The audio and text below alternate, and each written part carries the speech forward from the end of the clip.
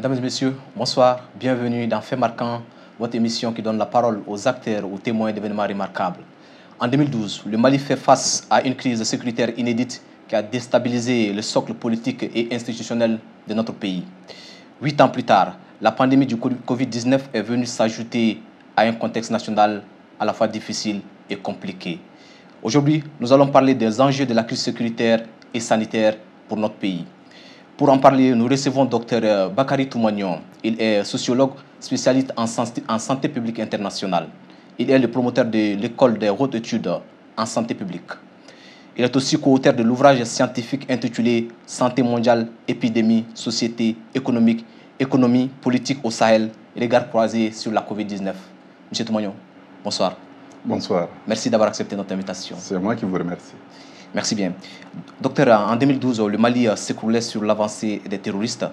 Est-ce que la situation était prévisible déjà pour notre pays? Alors, merci beaucoup, merci pour la question.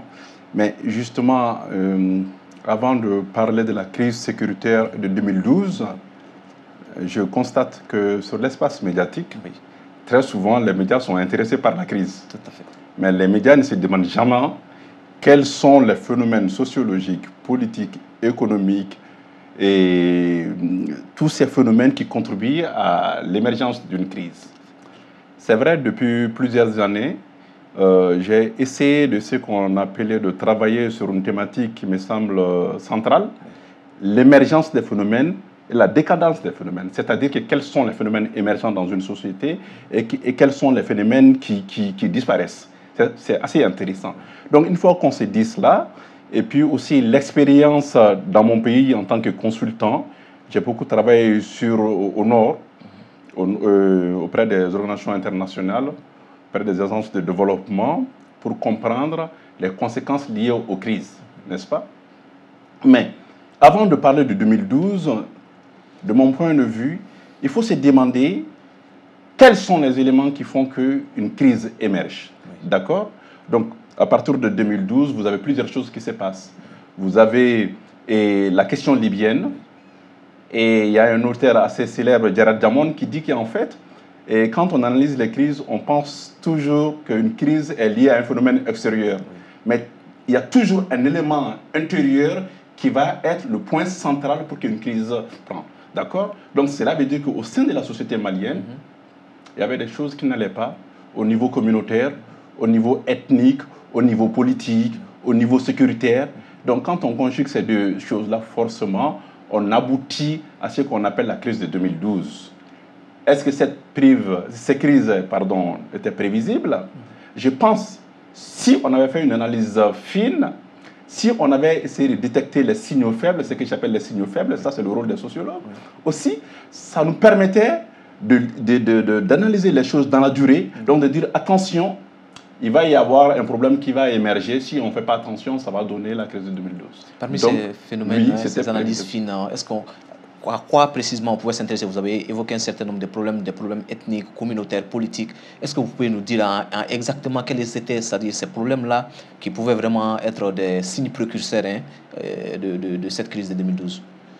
Et vous savez, quand on prend l'histoire de notre pays dans la durée, et il y a des choses assez intéressantes. Vous avez d'abord aussi, c'est une réalité. Moi, j'ai passé 7 ans de ma vie au nord du Mali. Il y a une inégalité territoriale. C'est une réalité. Le nord, Gao, Tombouctou, Kidal et le sud, c'est pas pareil. Au niveau climatique, au niveau environnemental, c'est pas pareil. Il y a une inégalité dans notre pays, une inégalité sociale. D'accord? Je vous donne un exemple. Avec notre boom démographique, moi je dis que la jeunesse est formée, programmée pour être au chômage. Donc ce genre de choses démographiques, Oui. on peut les prévoir. D'accord? Il y a aussi l'effritement de l'État en tant que pouvoir politique, en tant qu'institution. Donc l'effritement de l'État, mais aussi la nation se disloque. Notre nation se disloque. Nous avons mis des siècles avec l'Empire du Ghana, l'Empire du Mali, et le royaume Bamanan de Ségou, etc. Nous avons construit ce qu'on appelle un État-nation. Aujourd'hui, et pendant plusieurs décennies, cette nation se disloque. Les communautés ne se parlent plus. n'est-ce pas? Et l'épuisement des ressources naturelles, d'accord? L'État qui doit être le garant donc de cette communauté pour créer ce qu'on appelle l'État-nation, l'État n'est plus là. Et qu'est-ce que les citoyens ont fait? Ben, les citoyens se retournent dans sa communauté, dans son village, dans son ethnie, et peut-être va suivre le religieux. Voilà pourquoi l'État va disparaître, la nation va disparaître. Dans les années 90, moi je me souviens, et que quand on regardait les autres pays, et l'Afrique centrale et tout ça, on me dit, mais ces gens-là, ces problèmes, on n'aura jamais au Mali. Parce que les guerres ethniques, les Maliens, ils ne connaissent pas avec notre Sinangouya et tout cela, que nous sommes une nation consolidée. Mais pour qu'une nation soit consolidée, c'est un travail de tous les jours, n'est-ce pas? C'est un système, il faut que toutes les parties marchent. Voilà. Donc vous évoquez tout à l'heure l'aspect religieux, et cela m'amène à vous poser la question sur le point de vue du fait que nous, le Mali, nous avons été, notre renommée de l'islam modéré a été longtemps salué par les uns et les autres. Mais maintenant, ce que je vais vous poser comme question, pourquoi, c'est-à-dire cet islam modéré n'a pas pu résister au phénomène de l'extrémisme violent? Écoutez, c'est ça que je disais. Vous savez, dans des sociétés développées, l'État a un rôle important. L'État est le garant de la liberté, est le garant des coutumes, etc. Mais c'est vrai, notre pays a connu, nous avons tous connu ça, un islam modéré, un islam compatible avec nos valeurs traditionnelles, etc. Mais l'État est le garant, l'État est le socle. L'État, j'ai envie de dire, c'est un élément sur lequel les citoyens s'appuient. Et quand l'État, avec et les inégalités dont j'ai parlé, après, avec l'effritement des institutions, avec et tous ces éléments autour desquels les citoyens se retrouvent, n'est-ce pas, pour parler du Grand Mali, mais quand on voit l'effritement de ces choses-là, forcément l'être humain a besoin d'appui. Nous avons besoin de nous accrocher soit à Dieu, soit à l'État, soit aux institutions. Nous avons besoin de nous appuyer. Et quand l'État n'est pas là, ben c'est un phénomène sociologique, c'est un phénomène, j'ai envie de dire, psychologique. Il faut que l'individu s'accroche à quelque chose. Et quand l'État n'est pas capable de réguler, n'est-ce pas, la religion, je parle de toutes les religions, ben justement, les extrêmes vont prendre le pouvoir. Et les gens vont s'accrocher aux extrêmes. Donc l'État n'a pas fait son travail de régulateur à ce niveau-là? Bien sûr, c'est fondamental.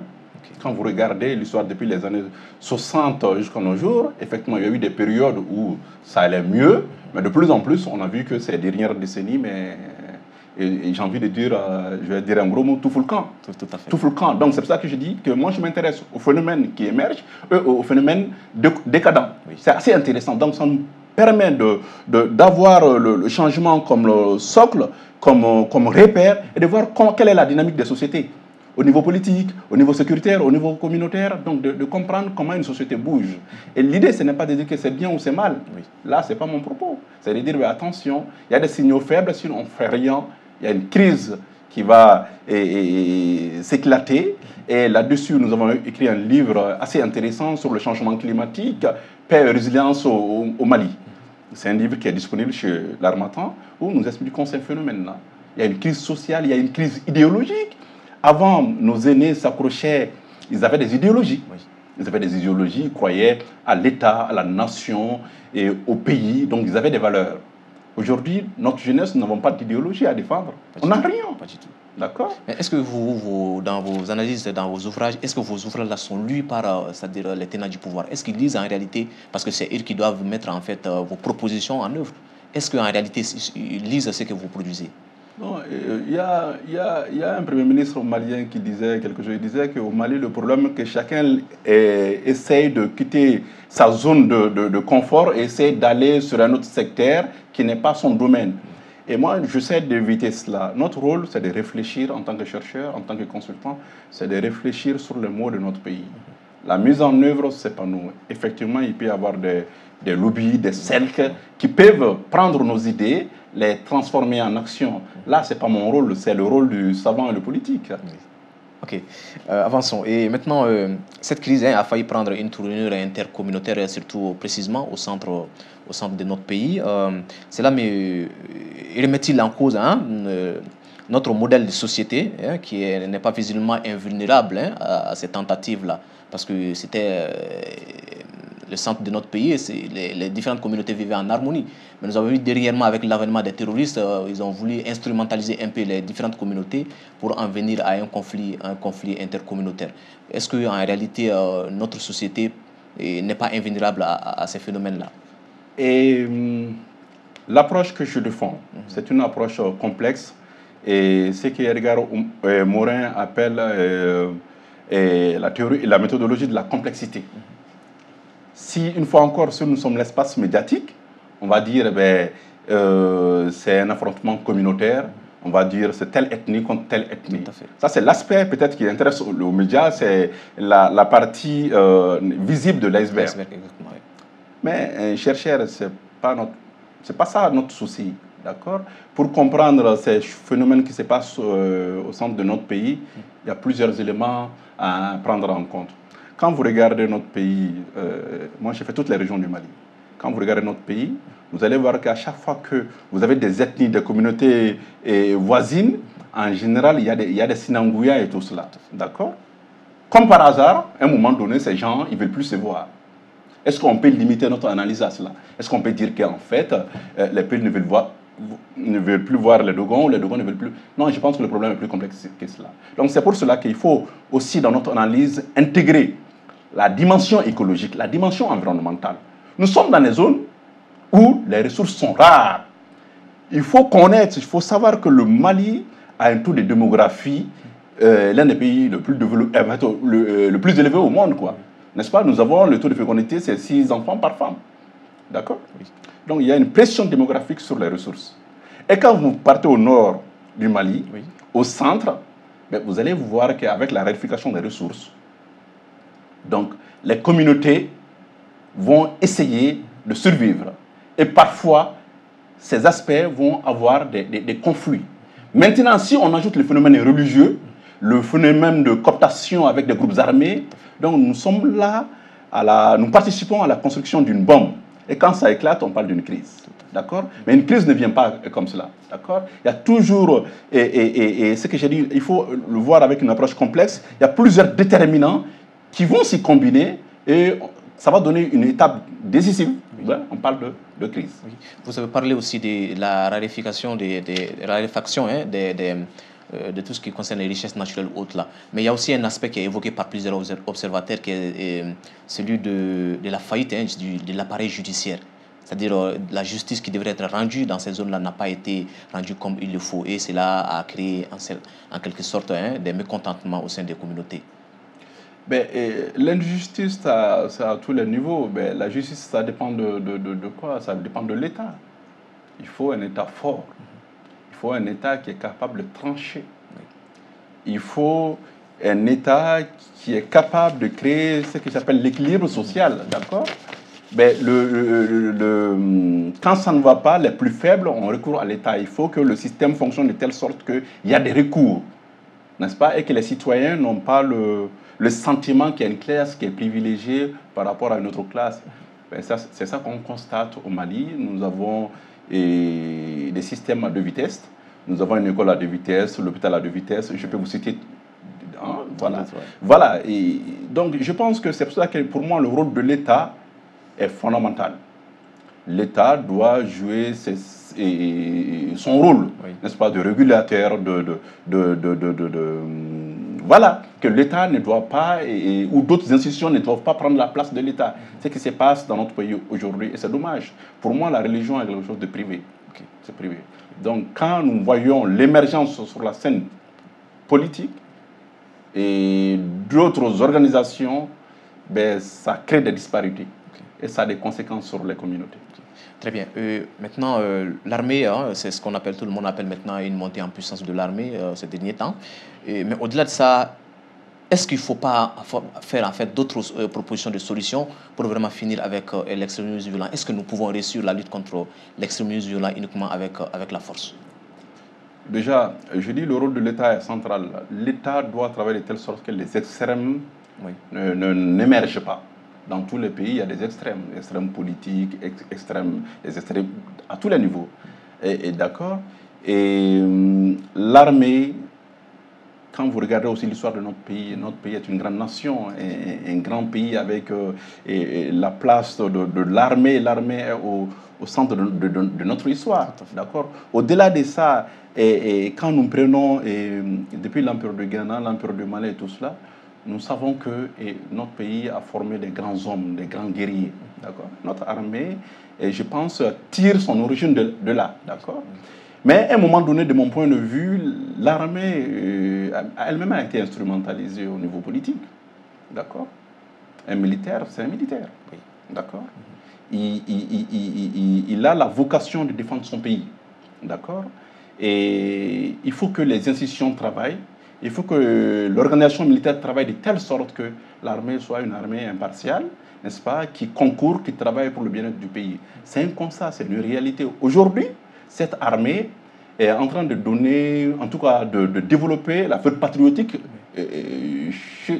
chez les Maliens. C'est une réalité, c'est un fait. Oui. Cela est un fait. Aujourd'hui, moi je voyage beaucoup, aujourd'hui, mais quand on entend parler du Mali, à l'extérieur, en tout cas des Maliens, on est fiers d'être Maliens. Oui. Ça, c'est grâce à notre armée. D'accord. Mais je ne suis pas certain que le tout sécuritaire au sens militaire du terme est la solution. Oui. Oui. D'accord.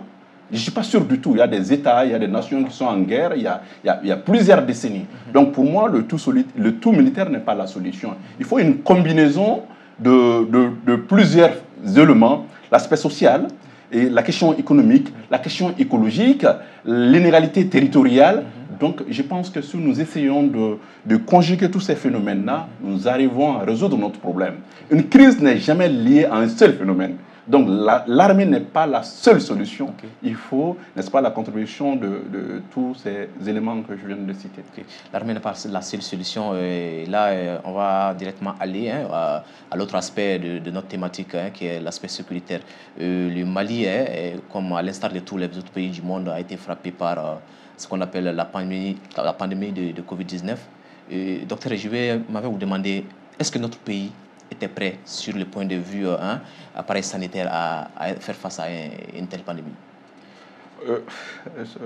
C'est une question intéressante, ça me fait sourire un peu. Je ne suis même pas sûr que les autres pays étaient prêts à faire ça. Non, c'est pas cela. C'est-à-dire qu'il faut faire une différence entre ce qu'on appelle les épidémies émergentes et les épidémies réémergentes. Oui. Une épidémie émergente, c'est une épidémie qu'on ne connaissait pas. C'est comme ça. Donc ça sort de son... Voilà. Une épidémie réémergente, par exemple, on a commencé à... Aujourd'hui, on connaît Ebola. Donc maintenant, il y a de temps en temps la réapparition de l'Ebola. Donc la Covid-19 est une épidémie émergente. Le système, au niveau mondial, on n'a jamais connu cela. Donc, ce n'était pas évident d'avoir une réponse appropriée à cela. D'accord ? D'ailleurs, les orientations de l'OMS, vous avez vu, vous avez suivi au départ, et chaque pays a essayé de se sauver, n'est-ce pas? Après, beaucoup de pays n'ont pas suivi les recommandations de l'OMS. Quand vous ajoutez aussi des enjeux politiques, économiques, des enjeux, vous avez vu que pratiquement la flotte était là, pour les moyens de transport, était à l'arrêt complètement. Donc nous avons eu un monde fermé pendant un certain temps. Donc dans des pays en développement, notamment dans les pays sahéliens, nous avons été plus impactés. Surtout notre pays était un pays continental. Donc le système ne pouvait pas être vraiment préparé à ces choses-là. Okay. Mais après aussi, il faut tirer les leçons de l'épidémie de la Covid pour que nous anticipons d'autres crises possibles. Quoi. Oui, on va en venir. Voilà. Mais d'ici là, un certain nombre de décisions politiques ont été prises.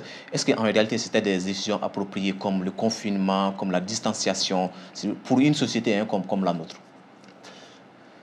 En fait, nous sommes dans des sociétés où nous avons... En fait, le système est érigé de telle sorte que le politique doit avoir la réponse à tout. C'est ça. La question économique, la question sanitaire, la question, etc. etc. Donc, et quand il y a un problème dans une société, ben forcément, les individus, la société demandent une réponse politique. Donc, les autorités, les hommes politiques vont émettre des réponses.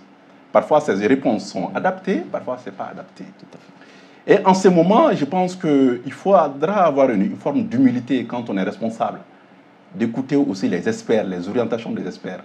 C'est ça que je l'ai dit, c'est le livre Le savant et le politique. En ce moment-là, donc au moment de l'épidémie, je pense que les politiques devaient être à l'écoute du savant. En tout cas, des hommes de science, c'est ça que j'appelle le savant. Est-ce que cela a été fait? Et à mon avis, pas suffisamment.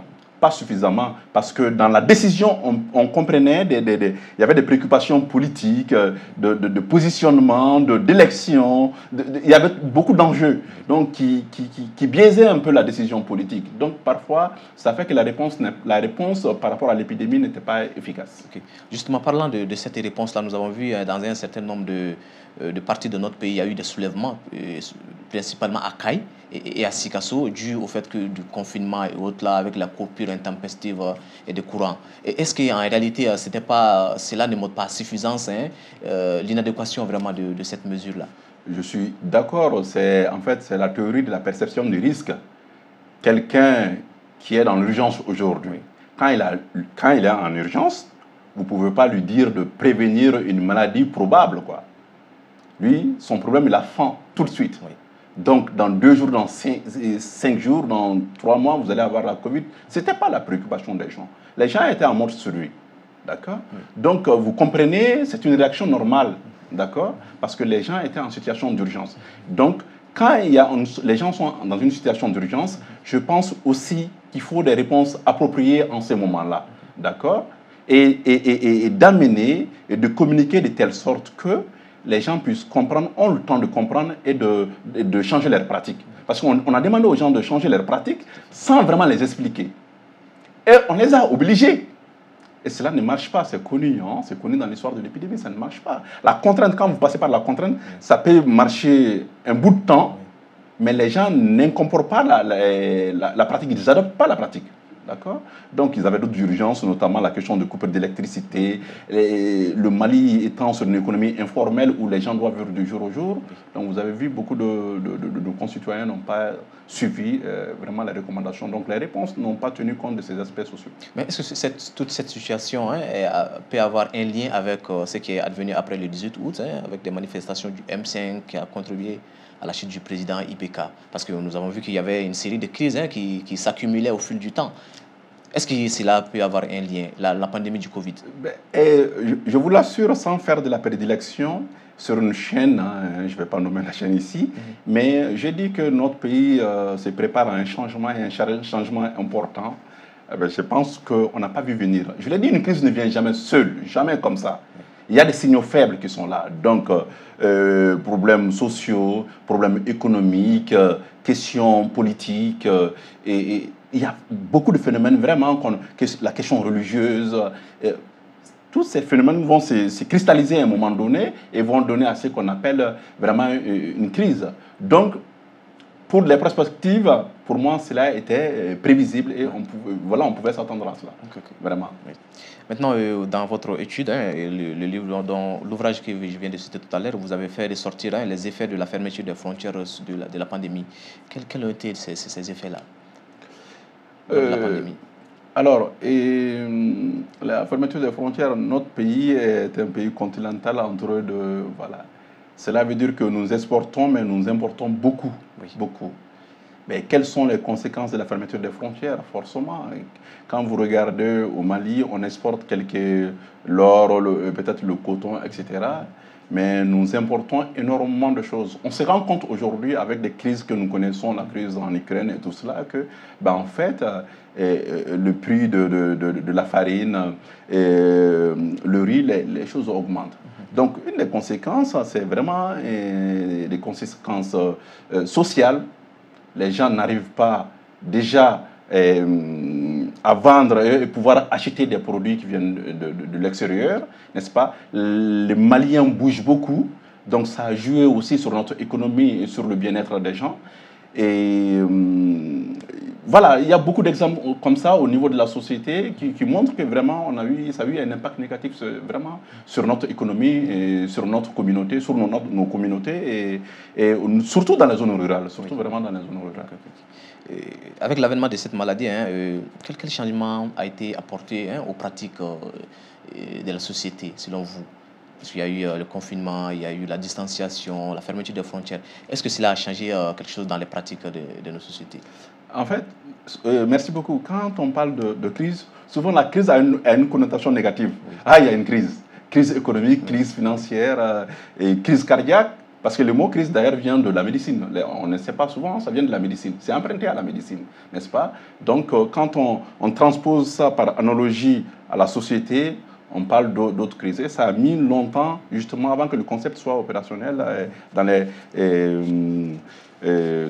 sciences sociales. Donc, je pense que aussi la crise de la Covid-19, c'est là votre question, a vraiment permis, aujourd'hui je vois même avec l'affaiblissement de l'épidémie, il y en a qui gardent toujours leur masque. Les gens, dans leur pratique, il y en a qui vont plutôt se saluer. Tout de suite, en se saluant, on sait... Voilà. Tout à fait. Voilà. Donc, il y a des comportements qui sont restés. Aujourd'hui, nous sommes conscients que même s'il n'y a pas la Covid, nous pouvons nous passer des bactéries, des microbes comme cela. Donc, ça nous a permis d'adopter des comportements sains pour la santé. Et cela est vraiment important. De comprendre aussi que notre santé... Et la santé humaine, que notre santé est liée à notre environnement, est liée à la santé animale, est liée à beaucoup d'autres facteurs, n'est-ce pas? Donc de tenir compte de ces interactions-là et donc d'avoir des comportements plus sains. Okay. Donc c'est la leçon à tirer. C'est une leçon qu'on a un peu tirée de cette crise-là, effectivement. Okay. Et nous continuons, docteur, toujours à compter des cas de coronavirus et une pandémie. Est-ce qu'on peut dire que cette pandémie va désormais se transformer en une endémie et qu'on va continuer à vivre avec? Alors, non, moi je pense que ça a dépassé le stade endémique. Une endémie, par exemple, dans la région de Motu, on peut parler d'endémie de choléra, c'est en fonction des zones géographiques. Plus l'échelle est grande, donc on parle de pandémie quand on est au niveau mondial. Oui. Donc ça a dépassé ces stades-là. C'est une pandémie. Oui. La vraie question, c'est de dire, est-ce que nous sommes sortis de la Covid? Justement. Oui, est-ce que ça va venir? Moi, j'ai envie de vous dire, j'en sais rien, mais je suis sûr d'une chose. À un moment donné, on a eu l'impression qu'on a endigué l'Ebola, et l'Ebola est revenu. Cela veut dire qu'il faut que, de par nos comportements, de par nos actes, de par nos actions, de faire de telle sorte que, au niveau de la recherche qui est suffisamment de vaccins, de recherche par rapport à cela, n'est-ce pas, au cas où quand ça émerge, oui. N'est-ce pas? Et puis aussi, à travers nos comportements, de faire de telle sorte que ça n'est pas l'ampleur qu'on a connue il y a quelques années. Okay. Et 2 ans. Okay. Vous évoquez tantôt l'aspect du vaccin, et nous avons vu que nos populations, dans la majorité, ont été réticentes à la vaccination. Qu'est-ce qui n'a pas été fait? Qu'est-ce qui n'a pas marché pour que vraiment les gens et les autres puissent adhérer à la vaccination? C'est normal. C'est normal, ça dépend de quel point de vue. Oui. Quand vous demandez les médecins ils ne comprennent pas pourquoi les gens ne veulent pas se vacciner. Quand on demande les institutions, souvent les institutions ne comprennent pas. Mais je n'ai jamais vu une épidémie, dans l'histoire des épidémies. Oui. Et Dieu seul sait, je me suis intéressé de l'histoire en étudiant les épidémies dans le temps. Mais à chaque fois quand il y a une épidémie, il y a forcément, les communautés dans un premier temps vont ils ne connaissent pas. Oui. Donc, les communautés vont avoir de la résistance par rapport à cela. Et les gens vont toujours penser qu'il y a des complots, qu'il y a toujours... voilà, c'est un phénomène sociologique normal. Mais maintenant, c'est par le travail de la communication, n'est-ce pas? Par le travail de la communication qu'on arrivera à changer ses comportements. C'est normal. Parce que c'est quelque chose qu'ils ne connaissaient pas. Oui. Donc, on a demandé du jour au lendemain. Il y a un auteur célèbre qui parle que la santé publique, c'est une science d'acculturation. C'est-à-dire qu'on demande aux individus, ce que tu fais, tu arrêtes ça, tu fais autre chose. Et cela n'est pas évident dans le comportement humain. Donc, il faut l'apprendre, il faut l'informer, il faut lui montrer des preuves. Avec une bonne communication, je pense qu'il y a de fortes chances qu'on arrive à... Voilà. Et vous voyez que de plus en plus, bien sûr, il y a toujours des résistances, mais les gens commencent à adhérer. Oui. Mais c'est vraiment corollaire à toutes les épidémies. Et cela n'est pas propre à notre pays. Hein. C'est vraiment pas justement, cela n'est pas propre à notre pays parce que nous avons vu sur les réseaux sociaux, il y a même une théorie de complot qui circule des pays occidentaux. On voit des spécialistes dire qu'il y a quelque chose de complotiste derrière tout ça. Quelle explication vous pouvez donner à cela? Oui, j'ai dit que dans l'histoire de l'épidémiologie, les théories du complot ont toujours existé. On veut éradiquer les Noirs, on veut que les gens n'aient plus d'enfants, ça a toujours existé. C'est normal. C'est normal, d'accord. Mais le rôle des institutions le rôle des médias, le rôle des communicants, et c'est aussi informer, montrer des preuves, accompagner, prendre le temps qu'il faut pour vraiment accompagner les communicants. Les gens ne peuvent pas changer le comportement du jour au lendemain. C'est vraiment pas possible, il faut comprendre cela. Mais c'est vrai que quand nous sommes médecins, quand nous sommes soignants, nous sommes pris par le temps. Donc nous sommes dans l'urgence. Et dans l'urgence, il y a de fortes chances qu'on fasse mal, quoi. C'est cela un peu. Donc il y a un temps social. Le temps scientifique, c'est pas forcément le temps social. D'accord? Oui. Le temps social n'est pas forcément le temps scientifique. Il faut un temps pour mettre en place un vaccin. D'accord? Oui. Mais est-ce que la société est capable d'attendre ça? Tout ce temps. Non, pas forcément. Il faut un temps pour que les gens changent de comportement. Il faut combien de temps pour amener un enfant à se comporter ainsi? Oui. D'accord? Il faut un temps. Donc il faut que les spécialistes aussi comprennent cela. Donc c'est pour cela que moi je dis l'approche des crises, c'est vraiment important de tenir compte de cette complexité-là. La complexité est d'avoir une approche globale des phénomènes. Quand on a une approche globale des crises, quand on a une approche globale de ces questions sécuritaires, de ces questions ethniques qui traversent notre pays, il y a de fortes chances qu'on donne les bonnes réponses, qu'on trouve les bonnes réponses. Okay. Et souvent, malheureusement, les hommes politiques sont déconnectés de cela. Ils ont d'autres réalités, d'autres enjeux. Et chaque spécialiste essaie de regarder, d'analyser la chose à son échelle. C'est vrai. C'est là où ces connaissances s'arrêtent. Mais de s'ouvrir aussi au niveau des sciences pour faire parler d'autres scientifiques, pour qu'on ait un regard croisé. C'est pour ça que nous avons appelé notre livre « Regard croisé sur la Covid ». Notre idée, c'était de dire mais comment un médecin, un épidémiologiste, un informaticien, un homme des médias, un sociologue, un infectiologue voit la question, un environnementaliste voit la question. Donc, si on arrive à faire une synthèse de ces approches-là, il y a de fortes chances qu'on s'approche de la réalité. C'est notre approche au niveau de l'IRIS, IRIS, Institut de recherche interdisciplinaire au Sahel, qu'on a cofondé avec d'autres chercheurs maliens, africains, et qui essayent de comprendre les phénomènes qui se passent, les phénomènes de crise au Sahel, dans notre pays et ailleurs. Okay. Et docteur, quelles leçons pouvons-nous tirer de tout ce que nous avons vécu et continuons à vivre sous cette pandémie-là? Quelles leçons pouvons-nous tirer? Et quelles leçons? C'est-à-dire il faut que nous continuions à développer notre résilience. Notre résilience, une société, un État est toujours confronté à des crises. En fait, s'il n'y a pas de crise, il n'y a pas de société. Oui. Je vous ai dit que la crise vient des sciences médicales. Oui. Il faut que l'organisme réagisse face aux attaques, n'est-ce pas, pour survivre. Mais une société, c'est la même chose. Il faut qu'il y ait des crises, mais il faut que la société développe une forme de résilience, n'est-ce pas, pour se dépasser et monter plus haut. D'accord? J'existe parce que je suis arrivé à dépasser la crise. Donc, ça demande de la résilience au niveau sociétal. Okay. D'accord? Et je pense aussi, je reste convaincu sans être pessimiste, ce n'est pas mon cas, vraiment de dire que les crises aussi sont des opportunités. Justement, oui. Sont des opportunités pour changer les choses. Les crises nous donnent des opportunités énormes pour changer les choses, de faire les choses autrement, de voir autrement, de penser autrement. Et quand on pense autrement, on arrive à changer le monde. Okay. Je vous l'assure. Une opportunité, nous sommes dans une crise, le Mali est assailli jusqu'à son cou avec une multitude de crises là. Et en quoi cette crise, à la fois sécuritaire et sanitaire, en quoi le Mali peut-il vraiment tirer des leçons et en faire de cette crise là, de ces multitudes de crises là, une opportunité pour pouvoir vraiment s'élever? Je pense que par exemple au niveau sécuritaire et au niveau, vous avez parlé de l'armée, quand moi je vois nos militaires, vraiment il faut saluer nos militaires. Je ne suis pas politique, ça ne m'intéresse pas, ce n'est pas ça la question. D'accord? Mais il faut saluer nos militaires. Il y a une prise de conscience, il y a une réorganisation de l'armée, on voit, et les Maliens sont fiers de leur armée. Et ça ne peut pas être une question vraiment politique. D'accord? Et on a compris, on a tiré les leçons, on sait que une intervention extérieure ne pourra pas sauver notre pays. Mais c'est une leçon. Oui. Et donc nous avons compris qu'il faut qu'on se réorganise, qu'on se mobilise et qu'on fasse front par rapport à l'ennemi. Ça, c'est déjà une chance. Et au niveau sanitaire, il faut se dire qu'une crise sécuritaire est toujours liée à des crises sanitaires, normal, avec des questions humanitaires.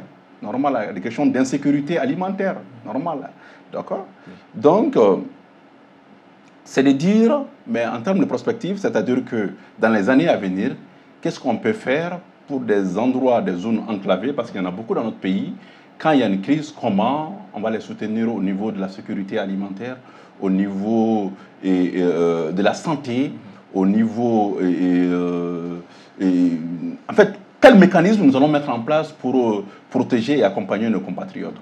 Telle est la question. Voilà. Donc, en étudiant les crises, c'est ce que nous faisons. On peut anticiper, on peut vraiment prévoir. Aujourd'hui, vous avez vu que dans notre pays, il y a des zones où il n'y a pas d'école. Oui. Vous avez des zones où il n'y a pas de structure de santé. Les médecins font un travail formidable dans notre pays. Vous partez dans des zones, moi je suis consultant, donc je suis appelé à être dans beaucoup de zones rurales. Mais vous voyez que souvent, les professionnels de santé sont là, mais il n'y a pas d'autres structures. Donc ils font un travail noir. Maintenant, la vraie question c'est de dire, ben, quand nous sommes dans des situations d'urgence, quel genre d'action nous devons avoir?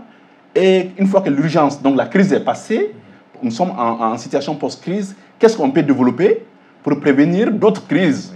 Parce qu'en fait, quand vous êtes dans le développement, quand vous êtes dans un processus de développement, votre travail normalement concourt à prévenir les crises potentielles. Malgré tout, quand la crise éclate, nous avons une action d'urgence. L'action d'urgence va corriger la crise, mais l'action d'urgence, par sa définition, n'est pas pérenne. Donc il faut aussi des actions de développement qui vont prévenir des crises potentielles. Justement, parlant des actions de développement, il y a beaucoup qui évoquent du fait que, parce que les terreaux, même du terrorisme, c'est sur la jeunesse. Nous voyons que des jeunes qui sont sans perspective d'avenir, sont vraiment faciles à être enrôlés dans les rangs des terroristes-là. Il y a beaucoup de personnes qui disent que le gouvernement doit passer aussi par cette étape, qui est vraiment de donner des perspectives d'avenir à cette jeunesse-là pour qu'elle ne soit pas instrumentalisée par ces groupes-là. Est-ce que aussi, selon vous, la solution passe par là? Vous avez parlé de jeunesse. Je lis beaucoup aussi les livres de mes compatriotes, écrivains, politiciens, tout ça. Et je vous ai dit, il y a un premier ministre malien qui a écrit un livre sur la jeunesse africaine, le défi à relever. Et quand vous regardez, par exemple, on ne peut pas parler de jeunesse, à mon avis, aussi sans parler de l'école. D'accord? Moi, je suis promoteur de l'école. Nos écoles, nos élèves, nos jeunes sont programmés à être au chômage. Comment?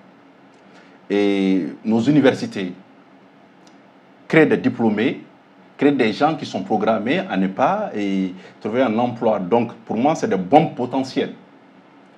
Je pense qu'il faudrait penser notre éducation et former le jeune malien de telle sorte qu'à la sortie, il a un métier. Il a un métier. Et notre pays a besoin de beaucoup de techniciens, de jeunes des jeunes qui savent monter une caméra, des jeunes qui savent fabriquer un outil, des jeunes dans le domaine agricole, dans tous les domaines. Mais je ne suis pas certain qu'à l'état actuel de notre pays, que nous avons besoin d'avoir ces jeunes qui sont formés, qui sont hors sol. J'appelle jeunes diplômés hors sol, qui ne répondent pas à un besoin réel du pays. Ces gens-là, dans nos zones rurales, dans nos régions, sont des bombes potentielles. Parce qu'ils ne sont pas accompagnés. Ils ne sont pas accompagnés. C'est qu'il n'y a pas eu une vision comment on peut former des jeunes de telle sorte qu'ils ont un métier. Donc, on prévient les risques possibles, les crises possibles. Et quand il y a des groupes armés qui viennent et qui enrôlent ces jeunes-là en leur donnant des sommes de 300 000 francs, une moto, et qu'au même moment, l'État s'effrite, que la nation se disloque, je pense que ça peut être un danger pour notre pays. Okay. D'accord. Donc, la jeunesse, les jeunes, c'est vraiment une ressource. Mais à condition que nous investissons énormément dans l'éducation, que nous formons des jeunes, des corps de métier, que les jeunes soient dirigés vers des métiers. Vraiment. Et je pense que certains pays l'ont montré. Par exemple, quand vous partez en Allemagne, et l'apprentissage par alternance, d'accord, ils vont s'accentuer sur des métiers. La théorie, on laisse de côté. Je n'ai pas dit que ce n'est pas important. On a besoin des juristes, on a besoin des sociologues. Voilà. Mais je ne suis pas sûr que le point central, le levier qui va mettre notre pays en mouvement, je ne suis pas sûr que ça soit cela. Donc, en faisant ça, on écarte une grande partie du problème. Après, d'autres, l'économie du Mali est vraiment basée sur l'agriculture et l'élevage. Je pense qu'il faut que nous retournons vers cela. Ok. Docteur, nous nous acheminons vers la fin de l'émission. Est-ce que vous avez de l'espoir pour que le Mali puisse vraiment s'en sortir définitivement de ces crises-là? Est-ce qu'il y a de l'espoir? Et moi, sincèrement, je suis un optimiste. Je suis un optimiste et je vous ai dit que les crises aussi sont nécessaires. Ça permet à un pays de sortir la tête de l'eau. Je ne connais pas un pays. Je m'intéresse beaucoup à l'histoire. Je ne connais pas un pays qui n'est pas passé par une grande crise pour se réinventer, pour être une grande nation. Si on veut parler de l'Afrique, le Rwanda, la Chine, on parle beaucoup de la France maintenant, la France. Et la Russie, on parle beaucoup de la Russie et la révolution, etc. Et je peux vous citer des exemples dans l'histoire comme cela. Donc, les crises seront toujours là, mais il faut que nous profitons des crises pour réinterroger nos institutions, notre système, pour que le système ne tombe pas en panne. Okay. Voilà, donc je reste optimiste pour mon pays. Est-ce que nous sommes sur la bonne voie? Avec tout ce qui est là, comme peut-être la refondation par les politiques, les différentes réformes là, est-ce que nos politiques sont sur la bonne voie pour que vraiment cette crise-là puisse être une opportunité pour le Mali? Je vous l'assure, je suis optimiste. Par nature, je suis optimiste. Il y a des signaux faibles qui montrent que vraiment nous sommes sur la bonne voie. Mais tout va dépendre des hommes et des actions qu'ils vont mener. Okay. Un être humain peut commencer par un bon chemin et bifurquer après. Donc il faut de la prière, mais pas seulement. Okay. Il faut de l'action. Il faut que nous soyons convaincus que personne ne viendra faire notre pays à notre place. Okay. Et je pense que si c'est la vision de nos dirigeants, si on organise les institutions pour cette mission-là, et il y a de fortes chances qu'on arrive à être un pays, vraiment un pays émergent. Okay. Et j'en suis sûr. Okay. Mesdames et messieurs, comme je vous le disais tantôt, nous sommes à la fin de cette émission. Notre invité était le professeur Dr Bakary Toumagnon. Il est sociologue. Docteur, merci vraiment d'avoir accepté notre invitation. C'est moi qui vous remercie. Merci pour cet entretien. Okay. Merci beaucoup. Okay. Mesdames et messieurs, c'est la fin de cette émission. Merci de l'avoir suivi. À très vite sur la première chaîne d'info du Mali.